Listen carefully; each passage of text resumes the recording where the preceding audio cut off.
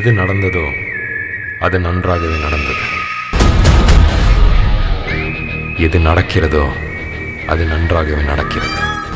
Talks of cinema மக்களே அனைவருக்கும் வணக்கம். இன்னைக்கு நம்ம என்ன படத்தோட ரிவ்யூ பார்க்க போறோம் அப்படின்னு பார்த்தீங்கன்னா துப்பாக்கி முனை. இந்த படத்தோட பேஸ்லைன் என்ன அப்படின்னு பார்த்தீங்கன்னா 33 என்கவுண்டர் பண்ண போலீஸ் ஆஃபீஸர் ஒரு சஸ்பென்ஷனுக்கு அப்புறம் இன்னொரு என்கவுண்டர் பண்ண வராரு. அவர் நிரபராதி அப்படின்னு தெரிஞ்சு அவரை காப்பாத்துறாரு. அவங்க என்ன முடிவு எடுக்கிறாரு அப்படின்னு பார்த்தீங்கன்னா தப்புக்கு தண்டனை கொலையா இருக்கக்கூடாது அப்படின்ற ஒரு முடிவு எடுக்கிறாருங்க. துப்பாக்கி தான் கோர்ட்டு, தோட்டாதான் இவனுக்கு தீர்ப்பு. நம்ம ஹீரோ விக்ரம் பிரபுங்க. அந்த 33 என்கவுண்டர் ஸ்பெஷலிஸ்ட்னு சொன்னால அது நம்ம ஹீரோ விக்ரம் பிரபு தாங்க. இந்த கதையோட பார்க்கும்போது கண்டென்ட் ஸ்கிரிப்ட் எல்லாம் நம்ம விக்ரம் பிரபு ரொம்பவே ஸ்ட்ராங்காக இருக்காருங்க. ரொம்ப செலக்டிவாக தான் படம் பண்ணிட்டு வர்றாரு. ஆனால் என்ன கொஞ்சம் ஸ்க்ரீன் பிளேல இன்னும் கான்சன்ட்ரேட் பண்ணால் கொஞ்சம் நல்லா இருக்கும் தாங்க தோணுது.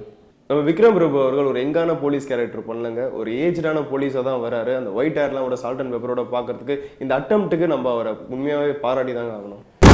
உட்காந்து பேசுறதுக்கெல்லாம் எனக்கும் நேரம் இல்லை, கோர்ட்டுக்கும் நேரம் இல்லை. ஹன்சிகா அவர்கள் இவங்க முன்னாடி பண்ண படங்கள்லாம் எங்கே கொஞ்சம் நடிச்சு ஓகே இந்த பொண்ணுக்கு நடிக்க தெரியுதுப்பா அப்படின்லாம் நம்ம எதிர்பார்த்துட்டு இருக்கும் போது இந்த படத்தில் வந்து ஒரு பாம்பேலேருந்து ஒரு புது ஹீரோயின் வந்தால் என்ன ரோல் பண்ணுவாங்களோ அந்த ரோல் தாங்க பண்ணியிருக்கிறாங்க. ஹீரோ எடிச்சா லவ் வரது அந்த கிளீஷையான விஷயங்கள் வந்து இந்த படத்தில் யூஸ் பண்ணிட்டு இருக்கிறதுனால ஹன்சிகா இந்த படத்துக்கு ஏன் நடிச்சாங்க அப்படின்ற ஒரு சந்தேகம் வருதுங்க.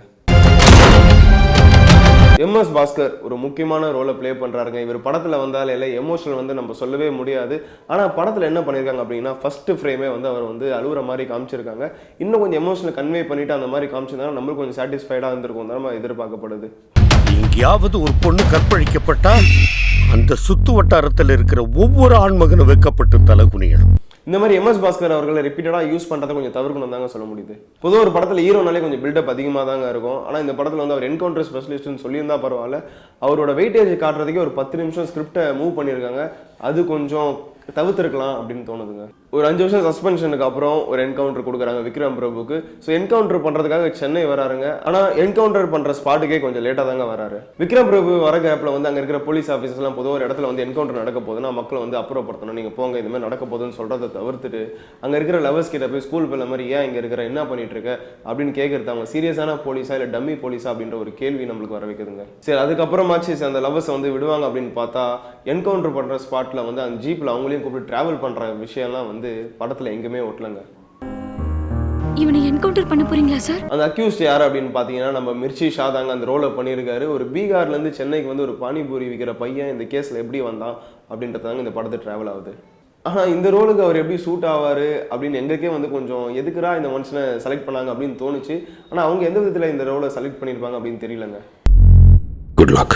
இந்த மனுஷன் இந்த கேஸ்குள்ளே எப்படி வந்தார் அப்படின்னு வந்து எந்த டீட்டெயிலையும் காட்டலைங்க. ஆனால் இவருக்கு சம்மந்தமே இல்லாமல் ஒரு ஃப்ளாஷ்பேக், இவர் வந்து பீகாரில் என்ன பண்ணிட்டு இருந்தார், மாவோயிஸ்ட் கூட இருந்தார், அவங்க ஃபேமிலியை பற்றி கொஞ்சம் சென்டிமெண்டலாக ட்ரை பண்ணியிருக்காங்க.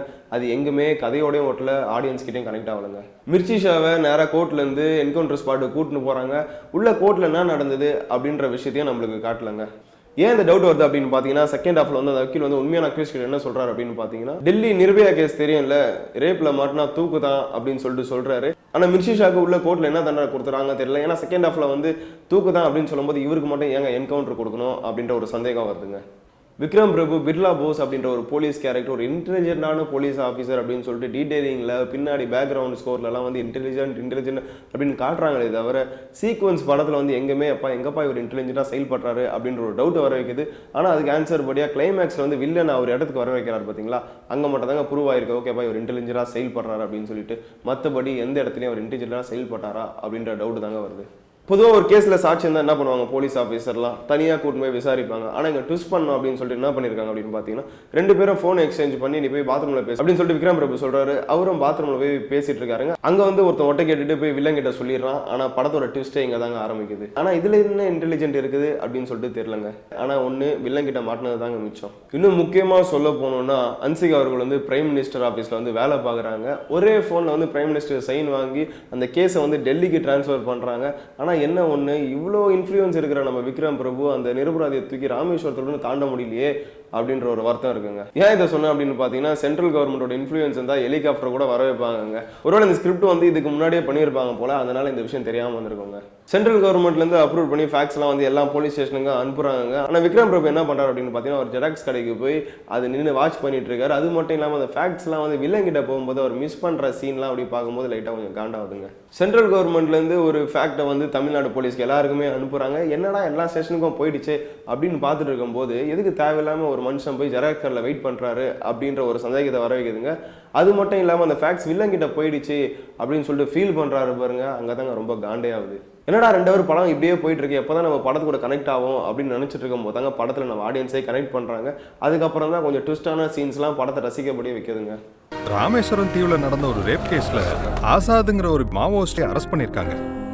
தேவையில்லாத மாவோயிஸ்ட் ஃப்ளாஷ்பேக்கு, ஒரு அப்பாவி பொண்ணு, 4 பணக்கார பசங்க, ஒரு ரேப் சீனு, இதெல்லாம் தவிர்த்து ஸ்கிரிப்டில் இன்னும் கொஞ்சம் இம்பார்ட்டன்ஸ் கொடுத்துருந்தாங்கன்னா இந்த படம் இன்னும் ரசிக்க வச்சிருக்குங்க.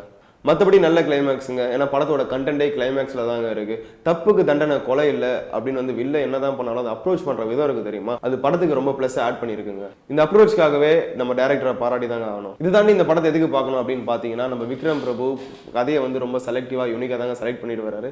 அதே போல தான் இந்த படமும் என்ன ஒன்று கொஞ்சம் ஸ்க்ரீன் பிளேல கொஞ்சம் இம்பார்ட்டன்ஸ் கொடுத்துருக்கலாம்.